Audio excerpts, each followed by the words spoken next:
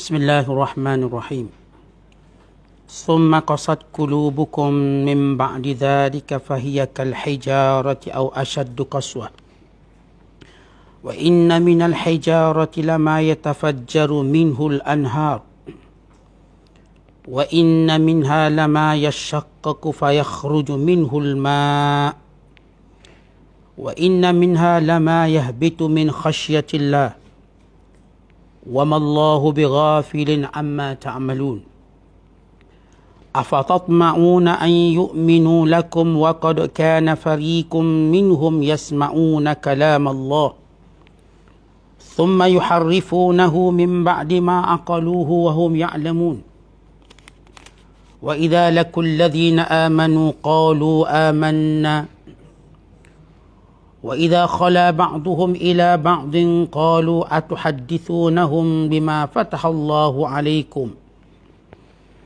ليحاجوكم به عند ربكم أفلا تعقلون أولا يعلمون أن الله يعلم ما يسرون وما يعلنون ومنهم أميون لا يعلمون الكتاب إلا أماني وإن هم إلا يظنون فويل للذين يكتبون الكتاب بأيديهم ثم يقولون هذا من عند الله ليشتروا به ثمنا قليلا فويل لهم مما كتبت أيديهم وويل لهم مما يكسبون وقالوا لن تمسنا النار إلا أياما معدودة قل أتخذتم عند الله عهدا فلن يخلف الله عهده أم تقولون على الله ما لا تعلمون بلى من كسب سيئة وأحاطت به خطيئته فأولئك أصحاب النار هم فيها خالدون والذين آمنوا وعملوا الصالحات أولئك أصحاب الجنة هم فيها خالدون صدق الله العظيم.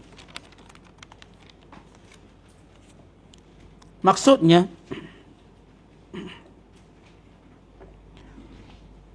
kemudian sesudah itu hati kamu juga menjadi keras seperti batu, bahkan lebih keras lagi. Padahal di antara batu-batu itu ada yang terpancar dan mengalir air sungai daripadanya. Dan ada pula di antaranya yang pecah-pecah terbelah, lalu keluar mata air daripadanya. Dan ada juga di antaranya yang jatuh ke bawah kerana takut kepada Allah.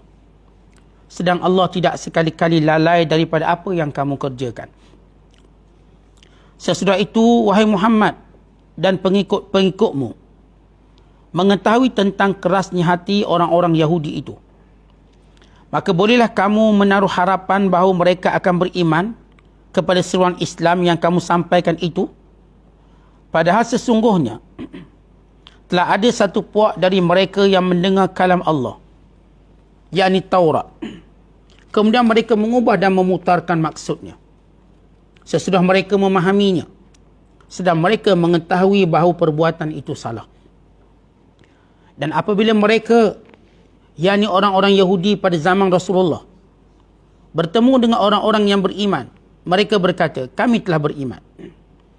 Dan apabila mereka berjumpa sesama mereka, mereka berkata, patutkah kamu ceritakan kepada mereka, yakni orang-orang Islam, dengan apa yang telah diterangkan oleh Allah kepada kamu dalam kitab Taurat, mengenai kebenaran Nabi Muhammad, untuk menjadikannya hujah bukti yang dapat mengalahkan kamu di sisi Tuhan kamu? Tidakkah kamu berakal? Mereka berani berkata demikian. Dan tidakkah mereka ketahui bahawa Allah Ta'ala mengetahui apa yang mereka rahsiakan dan apa yang mereka lahirkan? Dan di antara mereka pula ada orang-orang yang buta huruf. Mereka tidak mengetahui akan isi kitab Taurat, selain dari penerangan bohong dari ketua-ketua mereka. Dan mereka hanyalah berpegang kepada sangkaan-sangkaan sahaja. Kecelakaan besar bagi orang-orang yang menulis kitab Taurat dengan tangan mereka lalu mengubah kalam Allah dengan rekaan-rekaan mereka. Kemudian mereka berkata, ini ialah dari sisi Allah, supaya mereka dengan perbuatan itu dapat membeli keuntungan dunia yang sedikit. Maka kecelakaan besar bagi mereka disebabkan apa yang ditulis oleh tangan mereka, dan kecelakaan besar bagi mereka dari apa yang mereka usahakannya. Dan mereka berkata, kami tidak sekali-kali akan disentuh oleh api neraka, kecuali beberapa hari yang tertentu. Katakanlah, wahai Muhammad, adakah kamu sudah mendapat janji dari Allah supaya dengan itu Allah tidak akan menyalahi janjinya?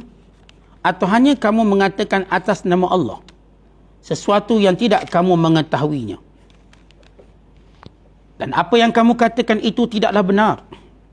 Sesungguhnya sesiapa yang berbuat kejahatan dan ia diliputi ditenggelamkan oleh kesalahan itu, maka merekalah ahli neraka, mereka kekal di dalamnya. Dan orang-orang yang beriman serta beramal soleh, mereka ahli syurga, mereka kekal di dalamnya.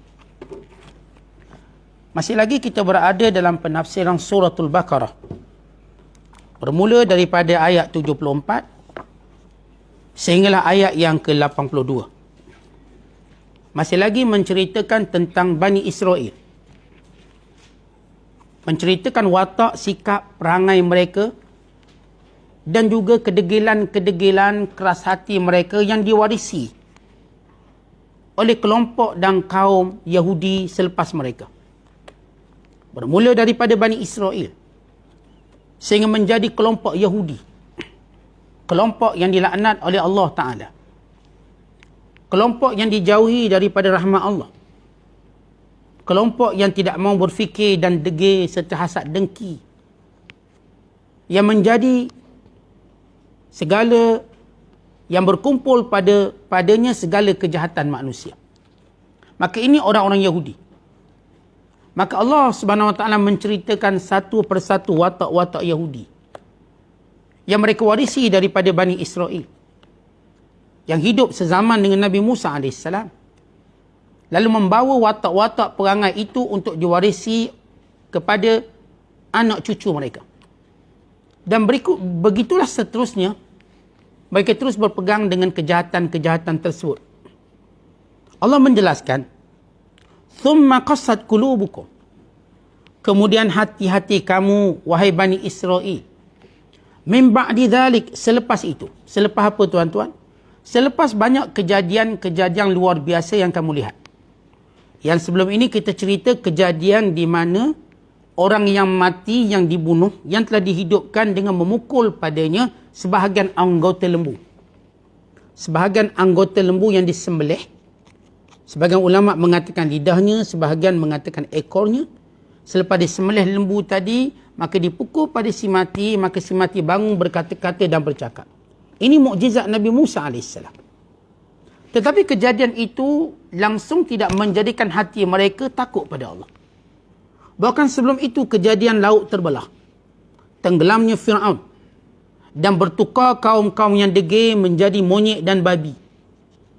Dan kaum-kaum yang dan juga kejadian-kejadian mereka sesat di padang Sinai selama 40 tahun.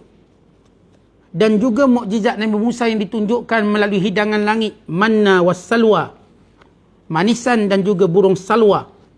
Kesemua kejadian itu langsung tidak meninggalkan bekas iman dalam hati mereka. Sedangkan orang-orang beriman, setiap perkara yang mereka lihat akan mendatangkan keimanan. Abu Sulaiman Ad-Darani menyatakan, bila mana aku keluar rumah dan aku melihat segala makhluk-makhluk Allah, maka aku mengetahui itu nikmat yang Allah Ta'ala berikan padaku.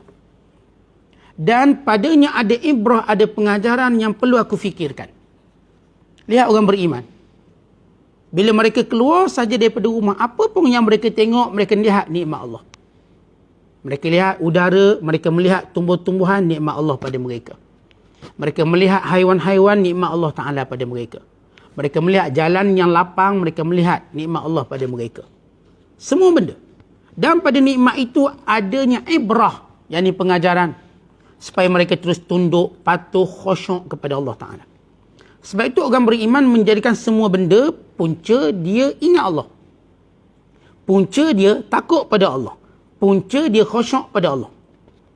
Tetapi orang-orang Bani Israel, bukan Yahudi secara khususnya, apa pun berlaku daripada keajaiban-keajaiban yang mereka lalui, yang mereka tengok, yang mereka dengar, yang tercatat dalam kitab mereka, langsung benda ni tak beri kesan apa-apa. Kerana itu Allah menyebut, summa qasat qulubukum, kemudian hati kamu menjadi keras. Sebab itu dalam Islam, Nabi SAW mengajar kepada kita, jangan sampai hati ini keras. Kelak kita akan menjadi seperti Yahudi, yang tengok macam-macam tapi imannya tak pernah ada. Allah Ta'ala berfirman dalam suratul Hadid, alam ya'ninil ladhina amanu an takhsha'a qulubuhum li dhikrillah wa ma nazala minal haqq. Apakah belum sampai waktunya hati ini tunduk khusyuk kepada Allah Ta'ala dan juga kebenaran yang Allah Ta'ala turunkan?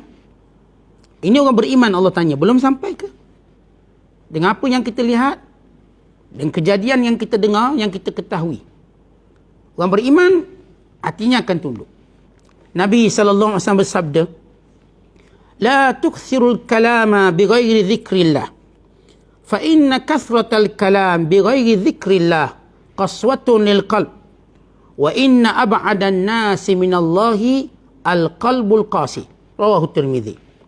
Jangan kamu banyak bercakap tanpa menyebut nama Allah. Jangan duk bersembang banyak sangat. Kerana bersembang banyak, berkata banyak tanpa mengingati Allah, punca hati menjadi keras. Dan sesungguhnya orang yang paling jauh daripada Allah ialah orang yang mempunyai hati yang keras. Maka ini Yahudi yang merupakan raja pada hati yang keras. Maka Allah kata, summa qasat qulubukum, kemudian hati-hati kamu menjadi keras, min ba'di dzalik, selepas segala kejadian yang kamu lalui, segala keajaiban yang kamu lihat. Fahiya kal hijarati, hati mereka bagaikan batu. Au ashaddu qaswah, atau lebih keras daripada batu. Kenapa Allah Ta'ala mentakbirkannya seperti batu? Apa kaitannya bila sebut hati mereka ini seperti batu? Kerana keras sangat-sangat. Langsung tidak menjadi lembut. Kenapa Allah Ta'ala tidak takbirkan dengan besi? Kita kata besi kan lebih keras pada batu. Tuan-tuan, besi ni dia pun cair juga bila dibakar. Tapi batu tak cair. Makna kerasnya. Dan besi ni tuan-tuan, dia juga boleh rapur dek karat. Batu tak berkarat. Besi ni pula tuan-tuan sekalian, manfaat dia banyak. Boleh buat baju besi. Boleh buat rumah, boleh buat kapal. Banyak berbanding batu. Nak beritahu hati mereka ni tak ada manfaat. Keras yang tak boleh diubah walau dibakar. Kalau disebut besi, dibakar cair. Tapi ini tak. Diancang dengan gunung yang diangkat untuk dihempap atas kepala untuk menerima Taurat. Oh macam tu. Summa tawallaitum min ba'di dzalik. Kemudian kamu sesudah merasa takut sebab takut gunung dihempap atas kepala, lepas tu kamu buat perangai macam biasa. Buat tak ingat amarang tadi. Jenis anak degil sungguh. Jenis orang degil sungguh. Dia takut sekejap, lepas tu dia buat balik. Ini Yahudi. Dia teruk pada gangster. Allah Ta'ala mensifatkan mereka seperti batu atau lebih keras daripada batu. Bila saya sebut kenapa Allah mentakbirkan batu, itu antara hikmah. Tetapi Allah menyebut batu ni sebalik keras dia. Dia sebalik kurang manfaatnya berbanding logam yang lain yang juga bersifat keras. Emas. Emas keras. Tapi tetap beri manfaat. Tetap bila dibakar cair. Ya, kalau kita tengok emas tadi, boleh pecahkan batu. Batu tak mungkin boleh pecahkan emas kerana kuat emas tersebut. Padu, padat. Tetapi dari sudut keras yang sebenar, yang keras tak beri manfaat. Maka Allah Ta'ala sebut, wa inna minal hijarati, sesungguhnya di kalangan batu tu, ada yang ada special. Ada batu-batu yang baik.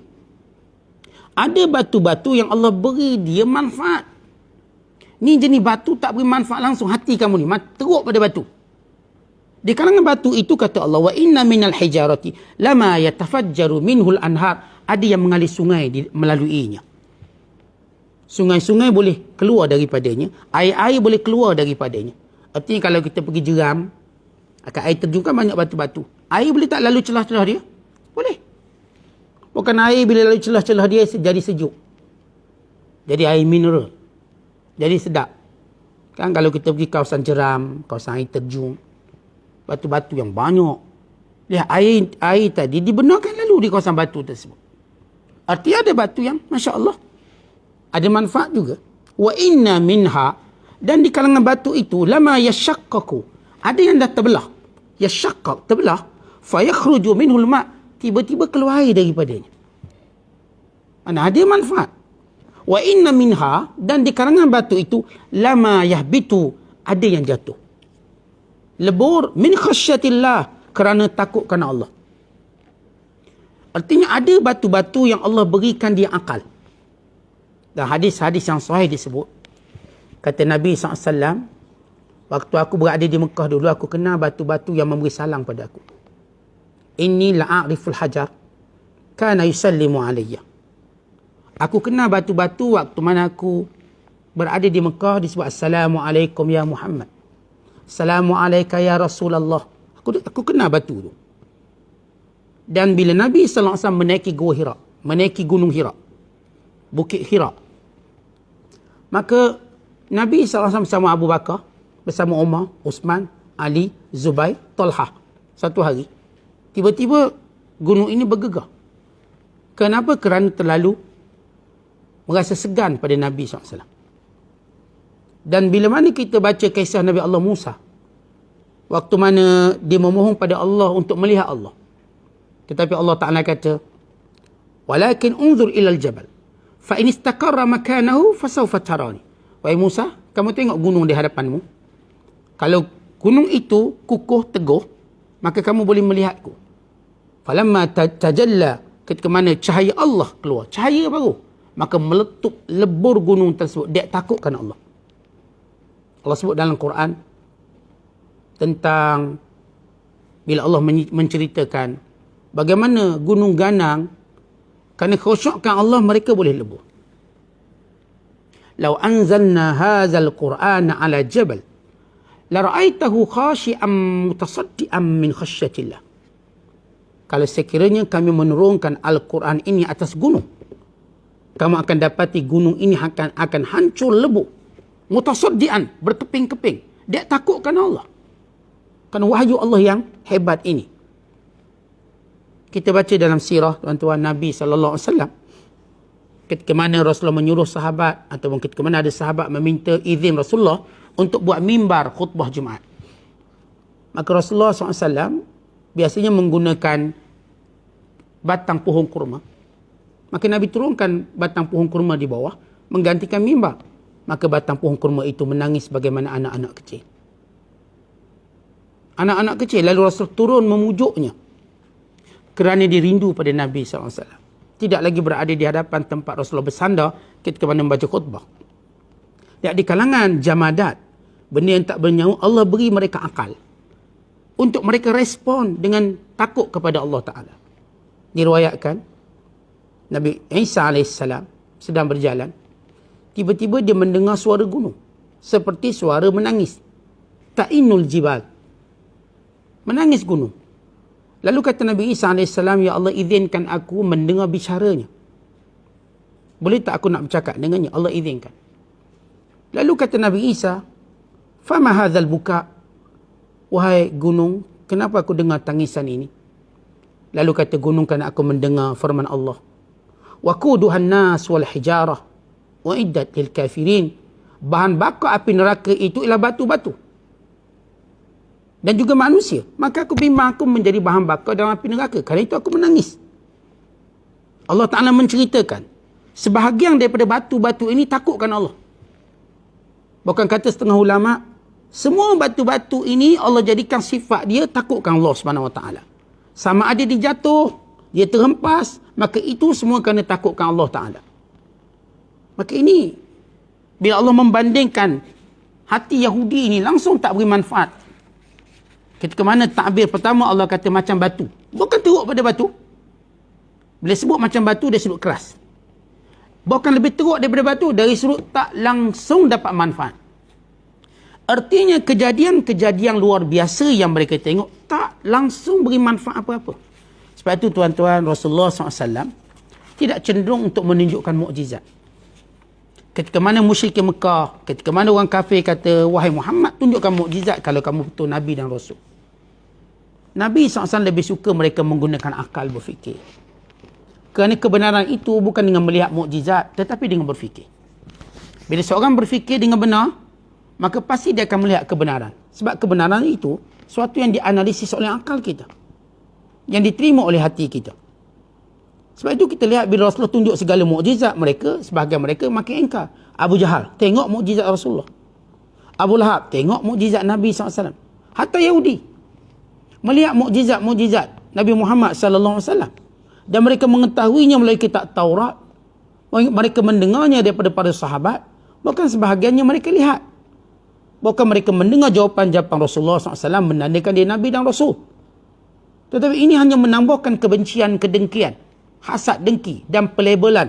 Mereka terus berkata, bukan ini yang disebut dalam kitab Taurat. Lalu mereka mengubah sifat-sifatnya dan lain-lain. Maka inilah watak orang Yahudi. Baik, setelah Allah Ta'ala cerita ini kerasnya hati mereka, Allah tanya pada Nabi SAW dan kepada orang beriman, afatatma'un, apakah kamu tamak, apakah kamu bersangatan, punya keinginan an yu'minu lakum, supaya orang Yahudi itu beriman. Tuan-tuan dah tahu watak Yahudi macam ni keras. Nak ke kita, ataupun apakah kita rasa dia akan beriman? Tidak. Tidak mungkin. Dengan teruknya watak mereka, dia warisi. Bahkan mereka itu semua warisi watak-watak ini. Bagaimana kamu, wahai Muhammad, dan orang-orang Ansar? Tuan-tuan, orang-orang Ansar di kalangan Aus dan Khazraj, mereka ini berbaik dengan Yahudi. Mereka nak kenal lama Yahudi. Jadi atas nama kawan-kawan, naklah supaya Yahudi ni beriman. Sebab yang memperkenalkan Nabi Muhammad SAW pada mereka, Yahudi lah. Yahudi akan bercerita tentang keluarnya Nabi akhir zaman, dengan sifat begini. Lalu orang Aus dan Khazraj menghafalnya. Waktu mereka datang mengunjungi Mekah pada musim haji, mereka melihat lelaki yang disifatkan oleh Yahudi itu ada di hadapan mereka. Lalu berlakulah perjanjian Aqabah pertama. Disusuli dengan Aqabah yang kedua. Disusuli dengan permintaan mereka supaya Nabi SAW berhijrah. Sehingga sempurnalah hijrah Rasulullah bersama para sahabat. Semuanya ini hasil daripada apa yang Yahudi beritahu asalnya. Maklumat-maklumat tersebut. Tetapi dengan segala sifat keras, mereka boleh mengingkari kebenaran sesudah mereka kata itu benar. Mereka boleh memungkiri janji mereka di hadapan Allah, di hadapan Nabi Musa. Apatah lagi dengan zaman yang jauh ini. Maka Allah berfirman, afatatma'una an yu'minu lakum wa qad kana fariqum minhum. Baik, ada lagi jahat mereka ini. Sebahagian mereka, kata Allah Ta'ala, yasma'una kalam Allah, mendengar wahyu Allah. Thumma yuharrifunahu, kemudian mereka mengubahnya. Min ba'di ma aqalu, selepas mereka cukup faham benda itu. Wahum ya'lamun, sedangkan mereka tahu dosa besar mengubah firman Allah. Apakah cerita tentang ayat ini? Kata para ulama, ceritanya tuan-tuan sekalian, bagaimana orang-orang Yahudi ini, sebahagian mereka yang telah dipilih oleh Nabi Musa, Bani Israel, iaitu seramai 70 orang kalau tuan-tuan masih ingat. Dan Musa pilih 70 orang untuk sama-sama mengikuti Nabi Musa mengunjungi, pergi ke Bukit Sinai atau Gunung Sinai. Turus Saina. Tur yakni gunung, Saina ataupun Sinai. Disebut Sinai dalam bahasa Melayu kita, Saina dalam bahasa Arab. Dan bila mereka bersama dengan Nabi Musa, mereka mendengar Musa berkata-kata dengan Allah. Dan apa yang Allah tuturkan mereka cukup faham. Ada riwayat menyebut bahawa mereka mendengar Musa beritahu bahawa apa yang Musa dengar daripada Allah Ta'ala. Dan mereka cukup faham.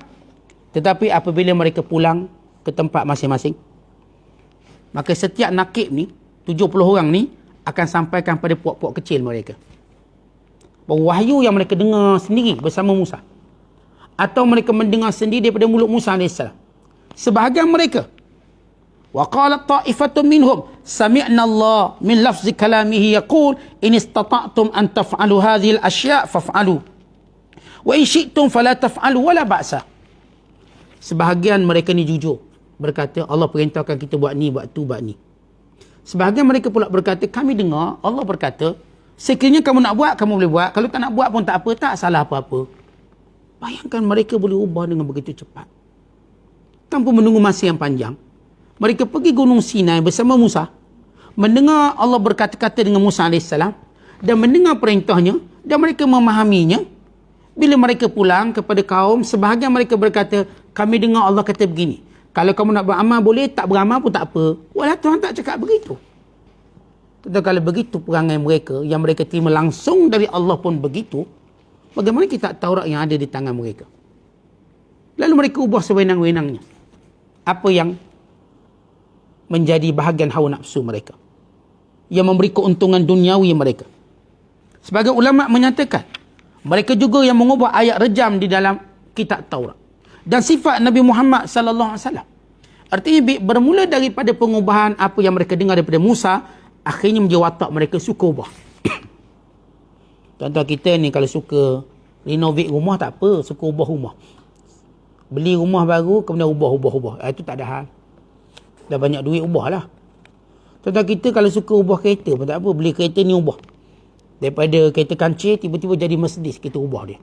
Tukar lambang, tukar tayak, jadi Mercedes. Kita tak nak beli Mercedes, nak beli kancil tapi nak tukar jadi Mercedes. Macam tu. Yang tu tak ada masalah apa-apa. Kerana hal-hal duniawi tuan-tuan nak ubah-ubahlah. Tak ada masalah. Nanti ada larangan tentang hal itu.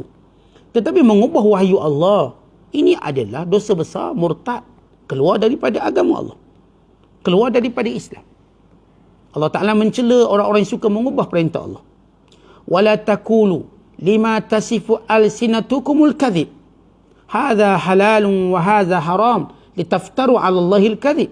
Jangan senang-senang lidah kamu berkata dan mendakwa ini halal, ini haram, untuk kamu mempermain-mainkan, untuk kamu menisbahkan kedustaan ini kepada Allah. Kononnya Allah yang berkata demikian. Kamu bohong, jangan kata demikian. Maka orang Yahudi tuan-tuan wataknya suka mengubah perintah Allah. Mereka maka bukanlah satu benda pelik waktu mereka mengubah sifat Nabi Muhammad sallallahu alaihi wasallam dan ayat-ayat rejam. Bahkan semua perintah-perintah Allah yang lain diubah. Kan itu kitab Taurat hari ini, mereka seriakannya tidak mengiktiraf kitab Taurat ini yang disebut sebagai Old Testament. Lalu mereka buat kitab baru namanya Talmud. Bayangkan daripada kitab Taurat yang menjadi kemuliaan mereka yang diturunkan kepada Nabi Musa AS. Dia ubah sampai tak ada nilai kitab tu lagi. Lalu mereka pada dia buat satu kitab lain pula. Sebab ini dah teruk sangat ubahnya. Akhirnya mereka buat kitab lain namanya Talmud. Untuk mereka senang lagi ubah. Akhirnya tuan-tuan, baik Taurat, baik Talmud, semuanya tidak mencerminkan tentang dasar agama yang jelas. Bagaimana jelas agama kalau berlaku pengubahan-pengubahan tersebut. Sebab itu Allah menjamin Al-Quran tidak akan diubah. Inna nahnu nazzalna dzikra wa inna lahu lahafizun. Kami turunkan Al-Quran dan kami memeliharanya daripada diubah. Diubah apa pun tak akan berlaku. Maka Al-Quran dijaga semenjak diturunkan pada Nabi Muhammad sallallahu alaihi wasallam sehingga sekarang kepada umat Muhammad. Dipelihara dengan baik melalui dada-dada dan hafazan. Melalui tulisan-tulisan dan catatan. Melalui kitab-kitab. Dan melalui apa sahaja yang boleh mereka rakamkan. Akhirnya tuan-tuan, dengan banyaknya hufaz Quran, tak mungkin ada yang boleh ubahnya. Dengan banyaknya cetakan-cetakan, tak mungkin ada yang boleh mengubahnya. Maka ini bezanya Al-Quran dengan kitab Taurat yang sudah dipindah. Kemudian Allah Ta'ala menjelaskan, وَإِذَا لَكُوا الَّذِينَ آمَنُوا قَالُوا آمَنَّا. Bila sebahagian mereka bertemu dengan orang beriman, mereka berkata, kami beriman. وَإِذَا خَلَا بَعْضُهُمْ إِلَى بَعْضٍ قَالُوا أَتُحَدِّثُونَهُمْ بِمَا فَتَحَ اللَّهُ عَلَيْكُمْ لِيُحَاجُوكُمْ بِهِ عِنْدَ رَبِّكُمْ أَفَلَا تَعْقِلُونَ. Tuan-tuan, sebahagian Yahudi, mereka ini orang yang bercakap benar. Waktu mereka berjumpa dengan orang-orang Ansar, mereka yang ceritakan tentang sifat Nabi Muhammad. Dan mereka berkata, kamu telah memilih agama yang betul. Dan Nabi itu memang Nabi akhir zaman, tercatat dalam kitab Taurat. Maka datang sebahagian yang berkata, kenapa bocorkan rahsia? Kenapa beritahu sifat Muhammad? Nanti dia akan menjadi paku keras kepada kita. Paku buah keras kepada kita. Nanti mereka akan gunakan hujah yang kamu sebut untuk lawan balik kita. Habislah kita. Sebahagian mereka tuan-tuan, bila bersama dengan orang Aus, Khazraj, orang Ansar, mereka kata betul, Muhammad yang kamu beriman dengan itu betul. Nabi akhir zaman. Sifat-sifatnya memang tercatat dalam Taurat kami. Maka ini bertambah yakin para sahabat dengan apa yang Allah Ta'ala ceritakan. Tapi sebahagian lain bertemu dengan golongan-golongan yang bercakap benar ini. Kenapa cerita? Kenapa beritahu? Dah kita terpaksa berlawang pula dengan orang Islam dengan hujah yang kita bocorkan sendiri. Contoh satu ketika Nabi SAW datang menemui golongan Quraizah, Bani Quraizah. Ketika mana mereka berada pada kubu-kubu mereka. Bani Quraizah, kita tahu Yahudi di Madinah, dia ada Yahudi Bani Qainuqa, Bani Nadir, Bani Quraizah. Bani Quraizah ialah kumpulan Yahudi yang melakukan khianat kepada Rasulullah SAW dan kepada orang Islam dalam peperangan Khandaq. Rasulullah datang ke tembok mereka. Lalu Nabi berkata, "Ya ikhwan al-qiradah, wa ya ikhwan al-khanazir, wa ya abad al-taghut." Faqalu, "Man akhbara bihadha Muhammadan? Ma kharaja hadha illa minkum. Atuhaddithunahum bima fatahallahu alaikum liyakuna lahum hujjatan alaikum." Fanazalat ayah. Rasulullah pergi bertemu dengan kelompok mengepung kelompok Quraizah. Lalu Nabi menjerit, Nabi berkata, "Wahai saudara-saudara kera, wahai saudara-saudara babi, wahai penyembah-penyembah berhala." Lalu orang Yahudi tercengang, macam mana Nabi tahu semua sifat kita tu? Kita ni keturunan monyet, keturunan babi, keturunan penyembah berhala, Taghut, sebab sembah patung lembu. Macam mana Muhammad boleh tahu? Ini orang kita-kita ni yang beritahu, yang kamu bocor rahsia, kenapa? Mereka menyangka Nabi SAW tahu sifat mereka itu kerana sebahagian Yahudi yang beritahu pada Rasulullah tentang apa berlaku pada Yahudi dahulu. Walhal itu wahyu Allah. Wahyu Allah beritahu pada Nabi SAW. Lalu sebahagian Yahudi rasa, ni siapa bocor rahsia sampai tahu kita keturunan monyet, babi? Siapa beritahu? Macam mana pula boleh tahu kita penyembah berhala? Macam mana? Dalam keadaan tuan-tuan, mereka tetap menjustifikasikan perbuatan mereka itu betul.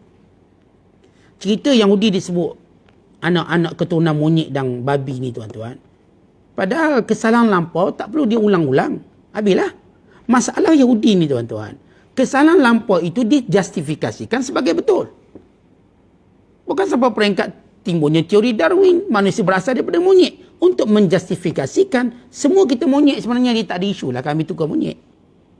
Sebab kami kembali pada asal kami, itu je. Mereka menjustifikasikan dengan babi tadi dengan segala manfaat banyak. Sehingga mereka cuba jadikan babi itu binatang yang digunakan dalam semua aspek kehidupan. Dengan kosmetik, untuk buat makanan, untuk membuat pakaian, untuk membuat perabot. Mereka nak jadikan seolah-olah untuk membabikan dunia ni semua. Atas asas apa? Babi binatang paling bermanfaat. Sebab itu kami ditukar jadi babi untuk jadi paling bermanfaat sebenarnya. Lihat mereka twist. Mereka mengubah penghinaan kepada memuji diri sendiri. Sebab itu Allah terus menyebutkan benda ni. Tentu kalau kita kira lah logiknya, kalau benda tu keturunan dibuat, dah sekarang dah tak ada dah. Tetapi masalahnya yang sekarang terus membenarkan perbuatan tersebut. Membunuh para nabi, menghina para nabi, itulah watak-watak mereka yang terus berpanjangan sampai hari ini. Sebab itu Allah menyebut kejahatan ini kejahatan warisan. Kejahatan yang bukan kita katakan nisbah pada mereka disebabkan keturunan mereka, nisbah pada mereka kerana mereka bersetuju dengan apa yang dibuat oleh keturunan mereka. Itu tak kena beza. Bukan nisbah sebab dia keturunan tadi. Nisbah kerana mereka bersetuju dengan apa yang orang dulu buat. Termasuk mengubah Taurat, termasuk mengubah Injil. Kan itu bila Rasulullah menyeru mereka dengan panggilan tersebut, mereka kata, "Habislah yang kamu bocor rahsia, dah jadi hujah atas kita pula nak jawab." Berkata Ibn Abbas, mereka Yahudi bila bertemu dengan orang beriman, mereka berkata, "Amanna," kami beriman bahawa yang ada di sisi kamu itu ialah benar-benar pesuruh Allah. Tetapi ia hanya untuk kamu, bukan untuk kami. Oh, dia pusing macam tu pula. Bila tekankan dalam Taurat, betul. Memanglah Muhammad itu Rasulullah, tapi untuk kamu je orang Arab, bukan untuk kami orang Yahudi. Walau mereka tahu bahawa perutusan Nabi SAW untuk semua. Bu'ithtu kafatan. Aku diutuskan untuk semua. Sebab itu kata Nabi SAW, semua Nabi-Nabi diutuskan untuk kaum masing-masing. tetapi aku diutuskan untuk semua. Allah sebut dalam Quran, wa ma arsalnaka illa kaffatan linnas. Wahai Muhammad, tidak kami utuskan kamu melainkan untuk seluruh manusia. Sebab itu tuan-tuan, kerana Rasulullah SAW diutuskan untuk semua manusia, akhirnya Islam ini disebarkan ke seluruh dunia. Berbanding Yahudi tidak disebarkan. Yahudi hanya pada kelompok dia. Sebab mereka mengakui bahawa Yahudi ini khas untuk orang Yahudi. Tetapi Nabi SAW untuk semua manusia. Bukan pada jin. Bukan pada alam. Bukan pada malaikat. Firman Allah Ta'ala, wa ma arsalnaka illa rahmatan lil alamin. Tidak kami utuskan kamu, wahai Muhammad, melainkan rahmat pada sekalian alam. Semua alam pun dapat rasa perutusan kamu. Kata Imam Tajuddin As-Subki, Nabi Muhammad SAW juga diutuskan pada malaikat. Atas nama apa? Tashrif, la taklif. Tuan-tuan, perutusan Rasulullah kepada manusia dan jin atas nama taklif. Apa itu taklif? Yakni ada hukum hakam yang kita kena patuh dan taat. Taklif. Tetapi perutusan Nabi Muhammad SAW kepada malaikat, tashrif, kemuliaan pada malaikat. Malaikat rasa mulia dengan perutusan Nabi Muhammad SAW. Mulia mereka. Kan dapat bertemu dengan Nabi SAW. Itu panggil tashrif. Kita pula taklif. Kerana kita ditaklifkan dengan hukum hakam, solat, puasanya, zakatnya dan semua hukum hakam. Dan kita terpandu dengan halal haram dosa pahala melalui lidah Nabi kita Muhammad sallallahu alaihi wasallam. Kemudian Allah Ta'ala berfirman, awala ya'lamun, tidakkah Yahudi itu tahu? Annallaha, sesungguhnya Allah, ya'lamu ma yusirruna wa ma yu'linun. Allah tahu apa yang kamu sembunyikan dan apa yang kamu nyatakan. Tentu seolah-olah Yahudi ingat yang dia sembunyi ini Muhammad tak akan tahu melainkan kerana sebahagian kita yang membocorkannya. Tidak. Allah yang beritahu. Allah yang beritahu Yahudi Bani Israel yang ditukar menjadi monyet, menjadi beruk, menjadi babi. Allah yang menceritakan mereka menyembah berhala patung anak lembu. Allah ceritakan semua. Allah mengetahui segala-galanya. Sebab itu Yahudi pelik. Macam mana Muhammad tahu? Nabi Muhammad SAW tak pandai membaca. Sumber mana dia tahu? Rasulullah tak bercakap bahasa asing melainkan bahasa Arab. Yahudi melihat orang Arab ini, dia punya maklumatnya terhad berbanding orang Yahudi. Kerana orang Arab belum pernah dikatakan punya kitab dan sumber rujukan. Tapi bagaimana Nabi SAW tahu semuanya ini? Bahkan waktu Yahudi cuba menguji Rasulullah, mereka bertanya tentang seorang pemuda yang raung dunia, iaitu Dzulqarnain, tentang 7 pemuda yang tidur dalam gua, iaitu Ashabul Kahfi, dan tentang roh, bagaimana fungsinya. Maka Nabi SAW dapat menjawab semuanya sebagaimana tercatat dalam Taurat. Bukan lebih jelas, lebih tepat menceritakan hal yang Yahudi tanya. Maka Yahudi berfikir, daripada mana Muhammad dapat maklumat ini sedangkan kami merahsiakannya begitu ketat sehingga hanya diketahui oleh orang yang membaca sahaja di kalangan Yahudi. Tak tahu orang Yahudi ni mereka simpan kitab ini hanya untuk mereka. Ada pun orang awam yang bodoh butuh huruf, cuma dengar je apa mereka cakap. Supaya senang mereka nak selewengkan. Mereka tak bagi orang bawah ni belajar. Jangan pandai. Kami je pada pendeta yang mesti pandai. Senang kami nak kelentong kamu. Tapi berbeza dengan Islam. Islam mengajar kita biar semua pandai. Semua kita kena pandai. Tak ada istilah ulama' je kena pandai. Tak. Ulama' duk mengajar supaya kita pandai. Dan membaca kitab supaya kita tahu hujah. Membaca hadis supaya kita tahu ini dia sumbernya. Membaca ayat-ayat supaya kita tahu ini dalilnya. Bukan kita nak menyembunyikan. Bahawa Allah mencela siapa sahaja yang menyembunyikan kebenaran. Innal ladzina yaktumuna ma anzalna minal bayyinati wal huda min ba'di ma bayyanahu lin-nasi fil kitab ulaika yal'anuhumullah wa yal'anuhumul la'inun. Orang-orang yang menyembunyikan apa yang telah kami turunkan daripada segala keterangan dan kebenaran, mereka itu akan dilaknat oleh Allah, dilaknat oleh segala makhluk Allah yang melaknat mereka. Kita tak diajar bersembunyi. Yahudi memang sembunyi. Wa minhum ummiyun, di kalangan mereka yang memang butuh huruf, Yahudi ni. La ya'lamunal kitab, mereka tak tahu pun kitab Taurat tu, tak tahu. Illa amani, melainkan sangkaan-sangkaan, berita-berita palsu yang datang daripada padri-padri mereka. Wa inhum illa yadhunnun, mereka hanya menurut prasangka yang apa yang mereka dengar, bukan apa yang mereka baca. Bukan kebenaran yang patut mereka hadapi. Ini cerita orang awam di kalangan Yahudi. Yang cerdik pandai di kalangan mereka, kerjanya mengubah perintah Allah. Yang awam pula tak nak belajar tapi jadi pak turuk yang bodoh. Lihat, berbeza dengan Islam. Yang pandainya menyampaikan kebenaran walau bagaimana harganya. Yang tidak pandai di kalangan mereka terus belajar untuk jadi pandai. Sehingga Nabi SAW menyatakan, talabul ilmi faridatun ala kulli muslim wa muslimatin. Menuntut ilmu wajib kepada lelaki dan perempuan. Menyuruh kita supaya ajar. Bukan iman taklid itu, iman yang dianggap berdosa. Iman taklid. Jadi kalau kita beriman dengan hak akidah, tak boleh taklid. Dia mesti kita cari, kita mesti belajar benda tu. Sepakat ulama bahawa akidah dan ilmu akidah, kalau kita taklid, kita disebut sebagai mukminun asin, orang beriman yang derhaka. Kena belajar, kena tahu dalilnya. Bukanlah dalil secara detail macam para ulama tahu. Tetapi sekurang-kurangnya kita tahu tentang kewujudan Allah, penciptaan Allah, kerasulan pada rasul, kitab yang diturunkan, hal-hal yang berkait dengan akidah. Itu berkait dengan rukun iman yang telah kita imani. Kemudian Allah menyebut cerita tentang bagaimana pengubahan suai kitab Taurat oleh orang Yahudi. Fawailul lilladzina yaktubuna alkitab, maka celakalah, celaka di kalangan mereka yang menulis kitab Taurat biaidihim, dengan tangan-tangan mereka. Thumma yaqulun, kemudian mendakwa, hadza min indillah, inilah yang diturunkan dari Allah. Kita lihat mereka ubah dengan tangan mereka. Kemudian dakwa, inilah dia wahyu dari Allah. Liyasyaru bihi samanan qalila, untuk mereka mendapat keuntungan harga yang sedikit berbanding azab yang dahsyat. Tuan-tuan sekalian, dunia ini semua samanan qalila, nilainya kecil. Dunia ini semua. Jangan kata kalau nak yang sikit tu. Yang semua dunia ini yang ada, nak dibandingkan di akhirat, samanan qalila, harga yang kecil. Tak ada apa pun berbanding akhirat. Fawailul lahum, maka celaka mereka. Mimma katabat aidihim, tangan-tangan yang menulis, yang mengubah kitab Taurat. Wa wailul lahum, dan celaka mereka. Mimma yaksibun, atas usaha mereka itu. Atas pekerjaan mereka itu. Atas rezeki yang mereka ambil daripada pengubahan kitab Taurat. Wa qalu, dan mereka berkata, lan tamassana an-naru illa ayyaman ma'dudah. Kami tak akan masuk neraka melainkan beberapa hari. Baiklah kami jahat, baiklah kami ubah Taurat, kami ngaku. Tapi kalaupun kami masuk neraka, kami tak masuk lama. Mereka menisbahkan umur dunia ni cuma 7,000 tahun.